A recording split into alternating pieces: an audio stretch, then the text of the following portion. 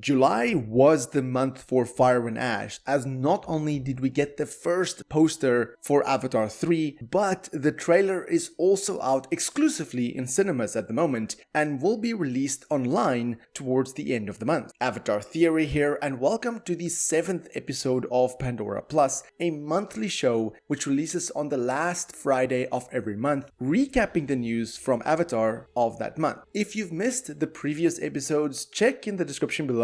And if you have been following all of my videos, then do keep in mind that most of this will be repeated here because, as mentioned, this will be a recap of the month's news on Avatar Fire and Ash. Firstly, let's look at what was revealed by Empire magazine. The magazine, dated August 2025, had the cover of Tron Ares, and although it didn't say anything about Avatar on the cover, there was some interesting bits in Path to Pandora. The article focused mostly on Stephen Lang, aka Quaritch, and Jack Champion playing Spider, as they've been working together for nearly 8 years. And as Stephen Lang jokes in Empire magazine, fans shouldn't expect any heartwarming moments between Quaritch and his son Spider in Avatar Fire and Ash, stating, quote, "Are things going to get all lovey-dovey? It's doubtful, pal." End quote. At the end of The Way of Water, Spider saved Quaritch's life, but ultimately chose to return to the Sully family. In the upcoming sequel, their paths cross again, but not out of affection. Lang states, quote, "They reconnect out of necessity. When enemies cooperate, you can be sure betrayal is just around the corner." End quote. Lang teases that their father-son dynamic will only become more difficult, gnarlier as the saga unfolds. He also sees parts of Quaritch and Spider, particularly that wild, untamed side. Lang stated, quote, "If you watch Avatar, Quaritch is a beast. He recognizes that feral quality in Spider. Spider confuses Quaritch, but Quaritch wants clarity. There is something about Spider that Quaritch really loves, not a word we associate with him. I think respect and admiration really developed in spades, as well as animosity and manipulation." End quote. Lang clearly values the time he's had to develop Quaritch and explore the complex connections with Spider, stating, quote, "I look forward to our next stint working together. What a great adventure to be on, to have this time to develop these characters, these relationships." End quote. So overall, the article mostly focused on Stephen Lang and Jack Champion, as not only did we get a behind the scenes image, but we also got our first look at Spider and Quaritch in Avatar Fire and Ash, which I will go into in a moment. But it's definitely an interesting article, an unexpected one, but certainly worth the read. Now, as mentioned, looking at this image, there is quite a bit to uncover here. Now, of course, just looking at this image as a whole, it is very similar to the interrogation scene from Avatar The Way of Water, where we see Quaritch talking to Spider at Bridgehead. "I thought you might want this."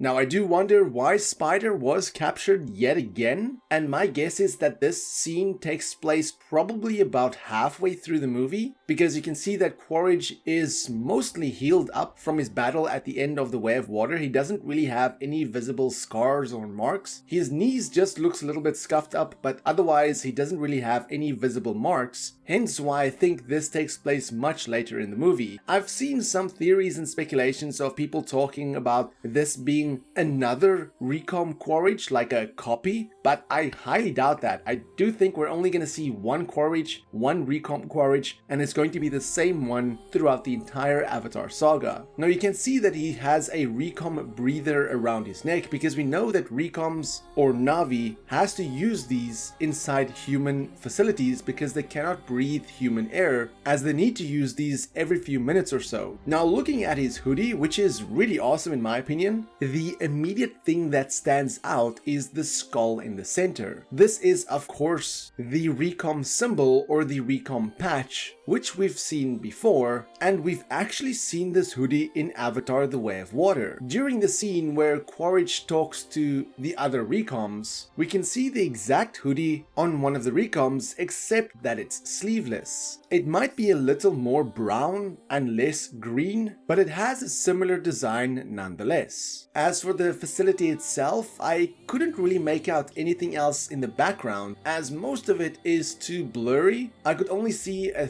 3 with a green image and what looks to be NW. I'm not really sure what that is. And at the back there, you can also see some green squares. And again, the writing there is just too blurry to make out, regardless of how much I try to sharpen the image. So I don't really know if this takes place on Bridgehead, on a sea dragon, maybe even it takes place on the factory ship for all we know. Now going on to the look of Spider, there is quite a few things to notice. Firstly, you can see that he is very sunburned. Looking at his forehead, it's very red. Well, it could either be sunburn or he could have hit his head quite badly. I'm not really sure, but it looks more like sunburn, giving me the indication that he was outside a lot. And you can also see there's a lot of Metkayina beads in his hair, and you may also notice the Metkayina tattoo on his left arm. This indicates to me that he has essentially become part of the Metkayina clan. But interestingly about that tattoo on his arm, in a behind the scenes image not too long ago, we could actually see the same tattoo on his arm from a behind the scenes photo where he's looking inside some sort of chamber, which could likely house an avatar. But there was also another behind the scenes image where we could see James Cameron yet again with Spider that looks to be inside this chamber. So I don't really know what exactly is happening here. I have a couple of theories, and some of them I've spoken about in previous videos, which could potentially spoil certain aspects of Avatar Fire and Ash, so I'm not going to repeat that here in case you want to stay away from potential spoilers. But it is interesting that we've seen this photo or this tattoo from behind the scenes photos a couple of years back. Now, another thing to note from this image is that Spider has this scar across his chest, of course from the cut that Neytiri gave him at the end of The Way of Water, but it seems all healed up. This essentially confirms that the poster of Spider from Avatar The Way of Water is actually the Spider from Avatar Fire and Ash. We got this image when we got all the character posters from The Way of Water, and there was a few things off about Spider, particularly that he looks older, his hair looks different, he has more Metkayina gear on him, and of course he has the healed scar on his chest, which, as I just mentioned, looks exactly like the healed scar from this image right here, indicating that in fact we did get the poster for Spider from Fire and Ash for Avatar The Way of Water. I don't really know if that was intentional or a mistake. Regardless, that does confirm that the image here is Spider from the third Avatar movie and not Avatar The Way of Water. Now going back to the image from Empire Magazine and looking at that tattoo again, I'm not entirely sure what the tattoo represents. Maybe it's him becoming part of the Metkayina clan, essentially a rite of passage, he gets that tattoo, but it also looks like there's a part of it that might be smudged or blurred. I'm not really sure if it's blurred for spoiler reasons or if that's just how the tattoo is, but other than that, not much of Spider's outfit has changed from Avatar The Way of Water. Looking at this image again as a whole, it does seem like Spider is quite upset about something and Quaritch is kind of trying to convince him to, I don't know, join his side yet again. I hope that's not the case because it might feel like they're redoing Avatar The Way of Water again in the third Avatar movie, but I don't think that's the case. What I'm speculating the conversation here is about is probably Quaritch telling Spider, you know, you saved me at the end of The Way of Water, you saved me at the end from drowning, you know, so you must care about me, you must have some feelings towards your father. And Spider having that regret, saying, you know, I regret saving you, I should never have saved you. And Quaritch saying, like, you know, you don't mean that, you know, that I care about you as my son. Maybe he's trying to connect with Spider or reconnect with Spider in that sense, probably trying to manipulate him in some way. But what I'm also thinking is, and this is going on my theory about what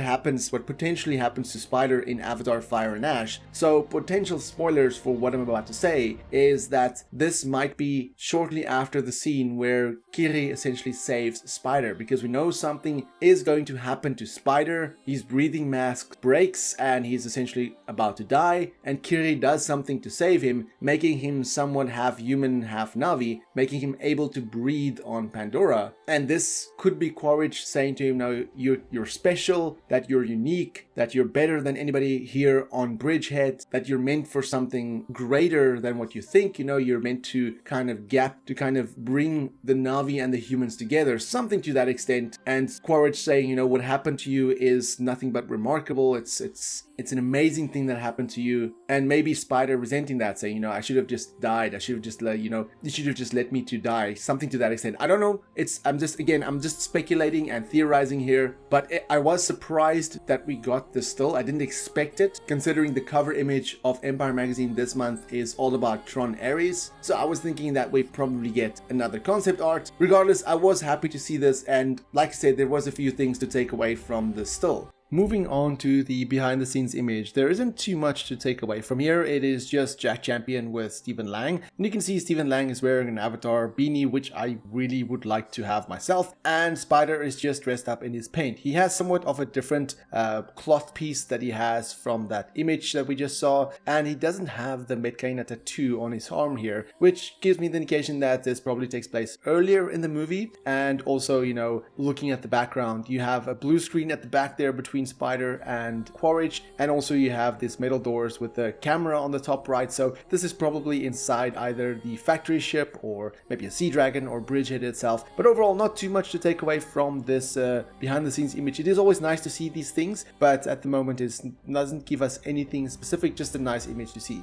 Then the big reveal of the month. Not the biggest, but a big reveal was the poster and giving us our first official look at Varang. Now, just looking at this as a whole, this is probably my favorite poster of the three. I mean, it is interesting comparing it to Avatar 2 and Avatar 1. It has the same style, it has the same kind of vibe, and all three Avatar movies has female characters on the cover, like half of their face. So I can definitely see them doing the same for Avatar 4 and 5. And all three female, well, at least the previous two female characters played a big role in those movies. So Varang will definitely play a big role in Avatar Fire and Ash. And I just absolutely love the look of her, especially the paint on her face, the white around her eyes, and you can see the red paint around her throat and side of her neck, and you see this red going straight up to her head. And also, interestingly, it seems like in the middle of her head she has hair missing where the red stripe continues. She also has those dots on her nose going around where her eyebrows should be, and she has, instead of feathers and something colorful in her hair, she has bones, which gives her this unique dark look. And also in her ears, it seems like she has metal earrings. At least it looks like metal earrings, which is significant because, I mean, Na'vi, or in the Na'vi culture, you're forbidden to use metal due to the laws of Awa, but we know the Ash or the Mangkwang clan is disconnected from Awa, so this is just, you know, them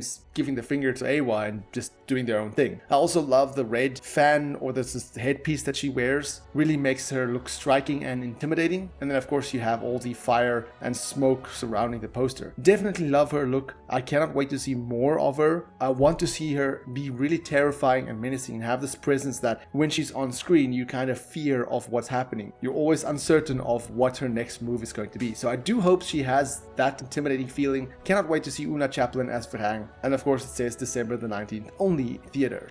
Of course, the biggest thing of the month, the biggest news, is that the trailer is officially out. At least right now, it's only in cinemas, but it is coming out online by the end of the month. And I was very fortunate to have been invited by Disney Nordic and Odeon, where I flew to Oslo and watched the trailer in 3D multiple times, and at one point I even had the cinema to myself where I watched the trailer one more time. It was quite a fantastic experience, and watching the trailer in 3D was absolutely mind-blowing. The 3D part is definitely what stands out to me. Normally, you know, when I watch 3D movies, sometimes I'd get a bit of a migraine, but here I feel that Cameron has even pushed 3D further to what he already did, as it all just felt natural to me. It felt like I was really in that world, and it was just based on a 2.5 minute trailer, so I cannot even imagine what the movie will be like, experiencing 3 hours of that. But luckily, we won't have to wait too much longer. Now, I was able to view this trailer multiple times in a certain period, and upon each viewing, I kept discovering new things, but as the trailer is not available online yet, at least at the time of this recording, I'm going to break it down as best as possible and use concept art and reference images to describe not only the breakdown of each scene, but also small little details that I discovered.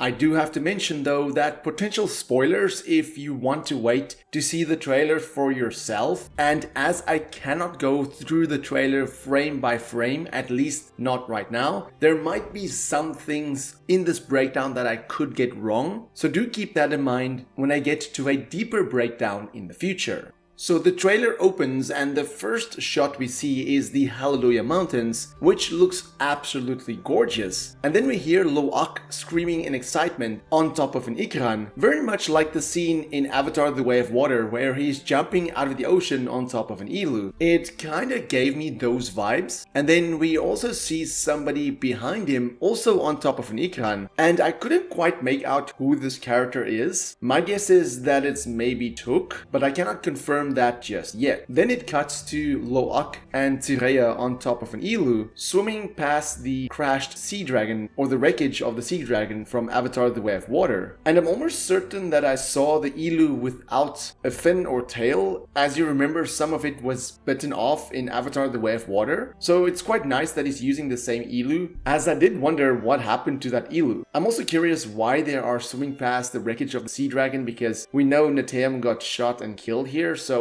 one would think that going back to the sea dragon would bring bad memories, but this scene probably takes place early on in the movie. We then cut to Kiri looking at a wood sprite with a concerned look on her face, and my guess is that this scene is likely tied in with another scene where we see Spider's mask being damaged. And again, potential massive spoilers for Avatar: Fire and Ash, this is probably the scene where Kiri saves Spider, kinda turning him into a Na'vi human hybrid where he's able to breathe Pandoran air, because we know based on leaked scripts something like that does happen. And we also see Spider without a mask outside later on in the trailer. So yeah, this is just my guess. Kiri is using her abilities, and then the wood sprites comes down, probably lands on Spider, and then he gets this ability to breathe Pandoran air. We then cut to a shot of Lo'ak and Tireya with the Metkayina village at the back. And upon rewatching the trailer, it seems like Lo'ak had Neytiri's broken bow in his hand. I'm not quite sure, but we do see her using her bow later on, so I don't know if this is Lo'ak repairing her bow or what's happening here. But afterwards we see Lo'ak, Tireya and Kiri, where Tireya puts her hand on Lo'ak's chest saying the strength of the ancestors here. And you can see that Lo'ak has this sad or concerned look on his face, or maybe a look of uncertainty. Then it cuts to the title from director James Cameron, and then we get our first look at the wind rays, you know, the airships of the Wind Traders, and it looks absolutely stunning. I counted about 5 or 6 of them, and we can see in the first shot that the Metkayina village is still in the background, probably part of the artwork that we've seen already. And then we see a close-up of those flying creatures, and their mouth looks like a squid. I've seen many videos of people having squids as pets, and it just kind of reminds me of those tentacles. Their mouths are all like tentacle-like, which is a very interesting design. And upon multiple viewings of the trailer, one can clearly see that there is a Na'vi sitting on top of the wind rays controlling them, which I speculated before when the artwork was revealed. We then see Kiri on top of one of these flying ships with the Wind Traders in the background, and one of them looks to have the outfit of Pelak, but they are kind of blurred in the background as the shot was focused on Kiri, so I couldn't quite make out the character's face. Then the next time we see these flying ships, we see them over the forest with what looks like stone arches and the Tree of Souls in the distance. So again, we see them leave the Metkayina and then arrive at the Metkayina as hinted at by the concept art. Then as the trailer goes on, we cut to a wide shot of a volcano with the character walking up the mountain with a backpack, who is eventually revealed to be Quaritch. And then we get a wide shot of the Ash village with some Ash warriors bringing in a prisoner, that being Quaritch, again being a shot for shot to the concept art that was revealed. Then there is a quick top view of characters walking in bioluminescent water, and it was kind of hard to make out, but I counted about 5 people, one of them being Jake with Spider holding onto his back, and I'm fairly certain the other people were Kiri, Tuk and Lo'ak. But interestingly, the person at the very back looked like Quaritch, which again hints at that leaked script that at some point Quaritch and Jake are going to put their differences Fortress's side momentarily to save Spider. And then the shot that follows seems to be the same scene, and we have Loak in front looking very tired with Tuk behind him and Kiri behind her, but in the background, kind of blurred out, was definitely Quaritch. You can see the outfit, the hair, and this probably takes place midway through the movie as we do see them fight towards the end of the trailer, which I'm guessing is more at the climax of the movie. Then we see a Tulkun opening its eye, which is probably Payakan based on the shape and pattern. I don't want to say for sure it is Payakan, but I'm like 80% certain that it is Payakan. But speaking of Tulkun, we then get a wide shot of the Metkayina, and the only characters that I could quickly make out was Ronal and Tonowari. Tonowari was wearing like a massive orange cloak, and there was a Tulkun in front of him with rings in the front, and I'm not entirely sure who this Tulkun is, but it is likely Matriarch, you know, the clan leader, because in Empire magazine they stated, quote, "We're using rings and twos as a way just beyond what we're seeing," end quote. So this Tulkun had 2 rings and a lot of tattoos, so it's probably the clan leader, but we do see this Tulkun later on in action, very reminiscent of the scene where Payakan jumps out of the water in Avatar: The Way of Water. Then it cuts to Spider and Kiri in the forest, both wielding knives, and we can see that Spider is wearing his breathing mask here, so this is likely before it gets damaged. We then see a beautiful shot of Loak and Tsireya sitting at the Metkayina village, where she kind of turns her face, showing a tattoo on her forehead, indicating their Ignimaya, right to passage, and she does seem very pleased by that. So obviously she wanted to show Loak first. Then we just get a shot of Tonowari and Ronal looking all serious, and then it cuts to a shot of Jake and Loak where he just pushes Jake away, and they're still at the Metkayina village, so probably still early on in the movie. Maybe they have some sort of argument and Loak blames Jake for something related to Neteyam, but I don't know, I'm not sure, just guessing here. Then as the trailer progresses, we see Jake talk to Neytiri, and it seems like they have a very heated discussion here, because Jake says, "You cannot live like this, baby, in hate." And as he says hate, he has this really angry look on his face. And we know in Empire magazine they spoke about Jake and Neytiri having some problems, so I'm guessing this is where they have their big argument and then discuss, you know, what's gonna happen forward. It also seems, based on the background, that this does take place at the Metkayina village. And then the trailer just cuts to this December, where it transitions to my favorite part of this trailer, and the first shot is showing Quaritch walking bare feet towards the Mangkwan village, raising his hands and surrendering with the backpack holding in his right hand, and that confirms that the character that was walking up the mountain was Quaritch, because that character was carrying a backpack. We then cut to Jake and Spider hugging in the forest, and what's of course standing out about this shot is that Spider is not wearing a mask. I do believe I saw him with the Metkayina tattoo, but I can't remember too much. I wasn't too focused on that. I was more focused on Spider not wearing a mask, and I'm very surprised they showed this in the trailer. I mean, a lot of times these days companies would CG specific shots or alter certain scenes to make it look different than what it actually is in the movie, so I'm surprised that they didn't decide to CG a mask on Spider, kind of throwing the audiences off that actually this is Spider without a mask, but we're showing you with the mask, and then when that scene comes you're actually very caught off guard. They just show you Spider's inside the forest, he doesn't have a mask, he's alive, so all the tension from him possibly dying when his mask gets damaged is just, you know, thrown out the window. So very surprised by that shot. I didn't expect it to be shown, but nonetheless it is in the trailer, so that spoiler or that thing is confirmed based on the trailer. But anyway, as the trailer continues, we get a shot of Ronal and Kiri, where she tells Kiri, if there is something you can do, then you must do it. But in between those two lines, there is another shot of Jake running through the Metkayina village, where the village is on fire, and at the front seems to be Tonowari next to him, and a row of RDA people with lights and weapons, and it also seems that there is some Mangkwan warriors, some Ash people amongst them, and also Varang is standing amongst those warriors. It is very blurred out, so you couldn't really see all the characters' faces, but I'm guessing next to Varang is Quaritch, and then you have some RDA soldiers in the background. And what I'm guessing is happening here is that the Ash clan and the RDA is attacking the Metkayina village, because, well, they're trying to draw Jake out, and then Jake just goes up to them and tells them, stop, I'll surrender, just spare them and I will come with you. And that adds to the scene later on, which I will get to in a moment. So I'm guessing this is Jake kind of surrendering himself to the RDA because he doesn't want any more dead gets hand. Then we get our first glimpse at the factory ship, one of my most anticipated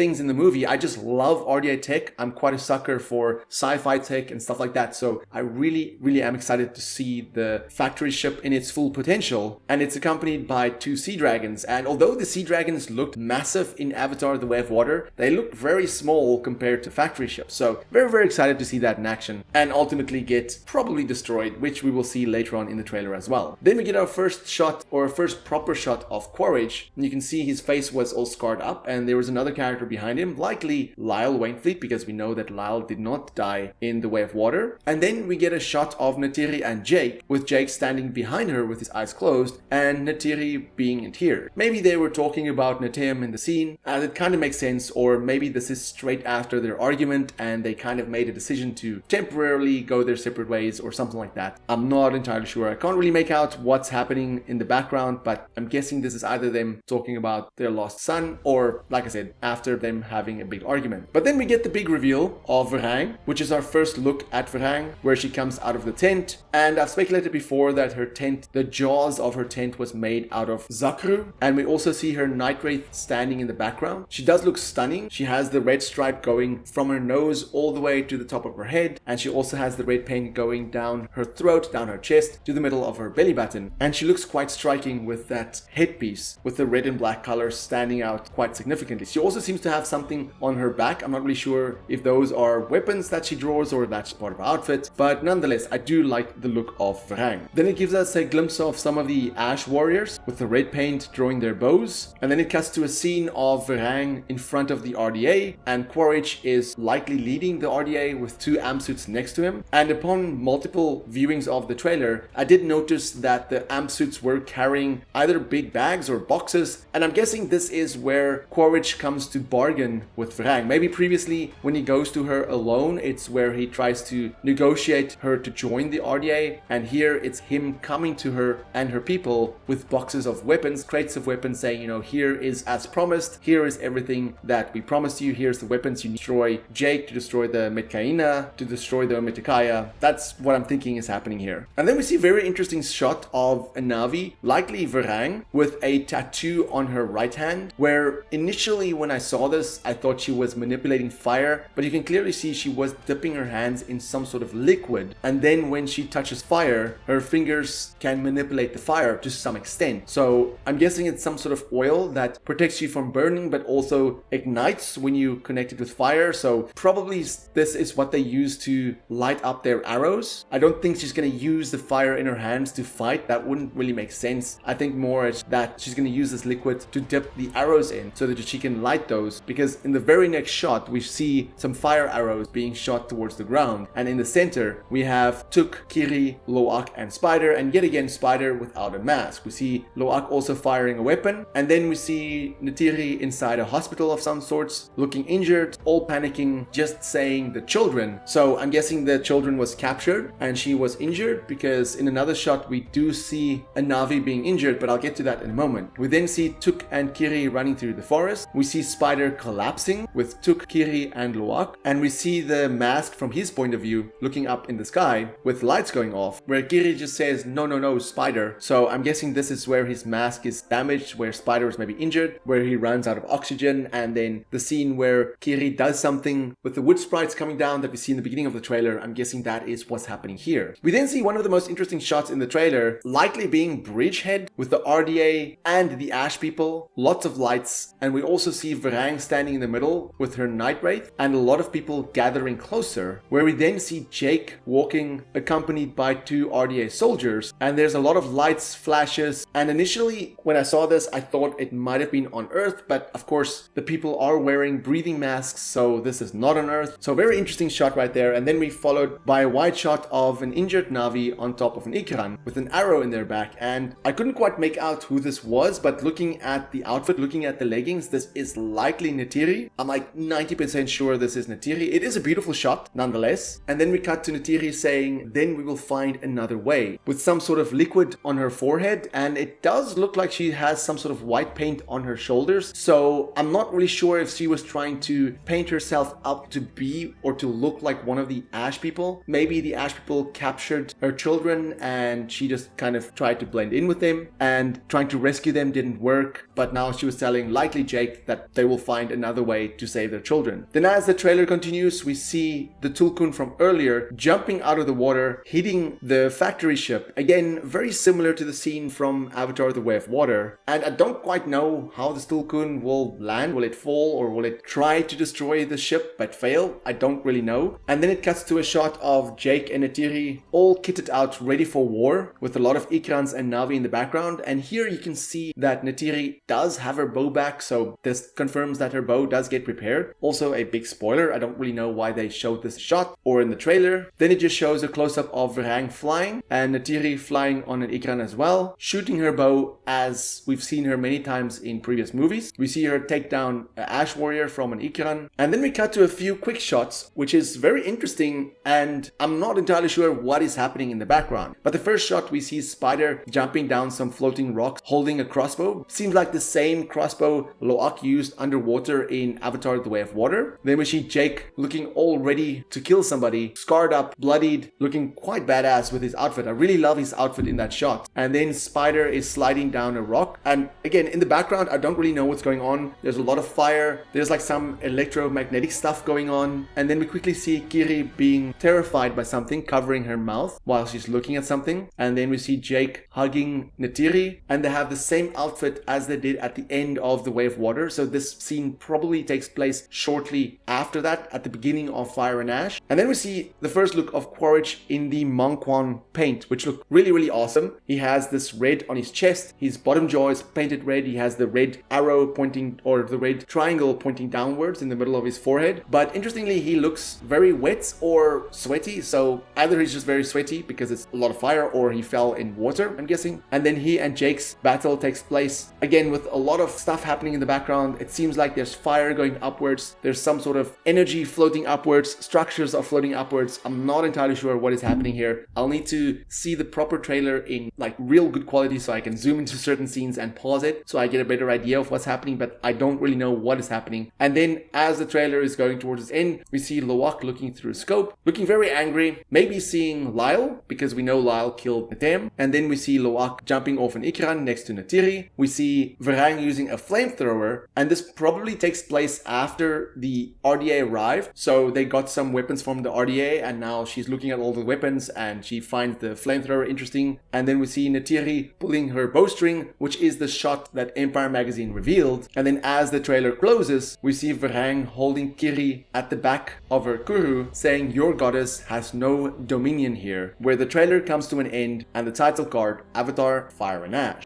But it's hard speaking about the trailer without mentioning the leaks, because that was one of the things everybody spoke about. And I had a lot of people reaching out to me asking me about these leaks. And I've said it before and I'll say it again, I don't endorse leaks, nor would I promote it. But it would be difficult to dismiss it, as a lot of media outlets are talking about it as well. And from what I understand, the leaks essentially started shortly after the trailer was sent to theaters, where somebody had leaked an image of Verang, giving us our first look of the character in the movie unofficially. And shortly thereafter, the poster actually popped up on eBay. And while it was initially dismissed as an AI poster, we now know that the poster that popped up on eBay was actually the original poster and the first poster of Avatar: Fire and Ash. I have no idea how that person got footage or got hold of the poster image, but one can just assume that they probably work at some theater chain and saw the poster as marketing is starting to roll out for Avatar: Fire and Ash, and they probably took a picture of it and uploaded it on eBay. Strange way to leak the poster, but it was leaked nonetheless. And then not too long from that, the trailer leaked online. But Disney was quick to act. They've taken down almost any and all footage of the trailer. Anybody that posts images of the trailer or any footage of the trailer gets a copyright takedown notice, and rightfully so. And it is unfortunate that this happened just days before the trailer premiered in cinemas, and just about a week or so before the trailer will appear online. as the same thing happened with Avatar The Way of Water, where the trailer premiered ahead of Doctor Strange in the Multiverse of Madness, and then it leaked about a week before it was supposed to be released online, or a couple of days. I don't remember the exact time frame, but I know it leaked ahead of it being released online. And one would think that Disney would kind of learn from this, but I see they went the exact same route with Avatar The Way of Water, and the exact same thing happened. So, it's 2 for 2. Hopefully they will learn their lesson by the time the 4th and 5th Avatar movie is coming out, because I think a fantastic way to release the trailer would have been to do a promotion at Avatar The World of Pandora in Disneyland. If they, for example, dedicated a whole day at this park where the cast would be there for interviews and photos with the fans, you had cosplayers, you had screenings of Avatar 1 and 2, giveaways, and then at the end of the day, by nighttime, when the whole park is obviously lit in bioluminescent light, you have a big screen there, you have a drone show, and then you have a countdown to the trailer, and then you show the trailer to everybody. Then everybody online and right there can experience the trailer for the first time. I think that would have been a fantastic way if they did like a whole live event, like a whole day.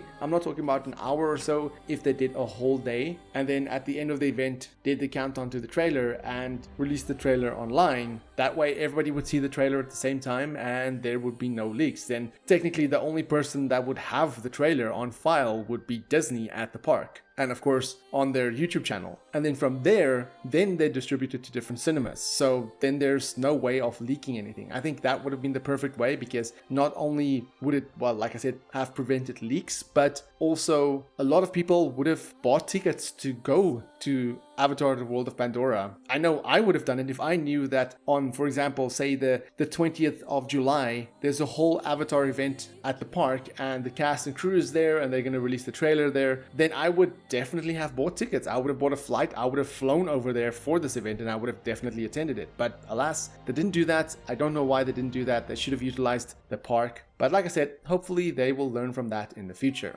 Then we got some fantastic news on Frontiers of Pandora, as third-person mode is finally coming to the game. Yes, Frontiers of Pandora is getting a third-person mode, something that me and most people playing the game have wanted from the very beginning. I think they should have had this mode from the very beginning, because it would have drawn in more players and it would have made the game just much better. And not only that, New Game Plus is also finally coming to the game. All this is coming as a free update on December the 5th, so shortly before the release of Avatar Fire and Ash. There's been no mention of a new DLC, but I do think they might have some sort of story DLC in the works. I hope so, at least. It would only make sense to tie in loose ends of Frontiers of Pandora and kind of tie in the game with Avatar Fire and Ash. And they're probably going to have new outfits and all that, but I think with this update, this is probably going to be the final update of the game. Normally Ubisoft, when they implement New Game Plus into their games, it's kind of like sunsetting the game, the final update of the game. So I do think that this is going to be the final major update of the game, and it's coming December the 5th. So in about 5 months from now, short of 5 months, we will have the next big update on Avatar Frontiers of Pandora.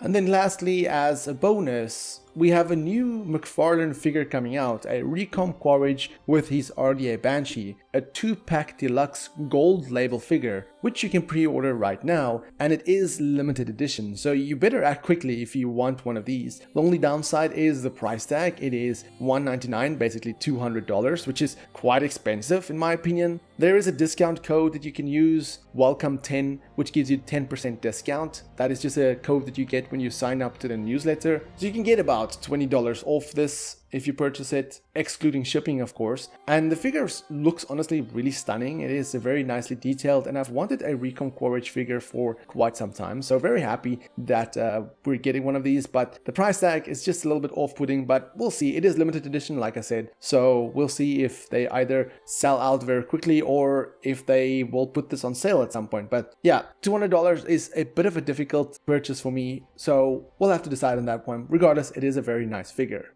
And that is it. That is it for episode 7. It is quite a lengthy episode, the longest episode so far, but also the most jam-packed one because, I mean, we have a lot of stuff that happened this month. And now that the marketing train for Avatar Fire and Ash has left the station, we can expect a lot of stuff going forward. And I'm really excited about what's gonna happen going forward, all the clips, the next trailers and all that kind of stuff. And finally, when the trailer officially releases online, then I can do a deeper dive frame by frame, dissecting everything as much as possible and work on some theories as well. But what did you think about all of the information from July so far, and what was your favorite piece of announcement? Let me know in the comments below, and for more Avatar content, have a look at the rest of my channel. Until next time, have a fantastic day and stay safe.